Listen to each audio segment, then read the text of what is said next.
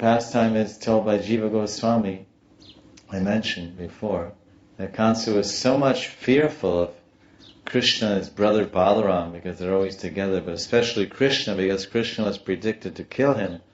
But he was always with Balaram, and Balaram is very powerful and strong.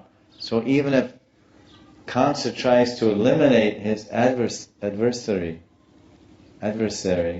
his enemy, his arch enemy Krishna, then Krishna's not walking around alone. He's with Subal on one side and Balaram on the other side. Subal, Balaram, very strong contenders, powerful coward boys.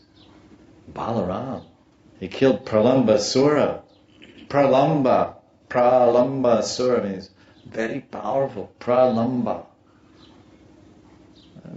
Just polished him off like a fig. Nothing. Just a love tap. Gave him a love tap and liberated him. A liberating love tap.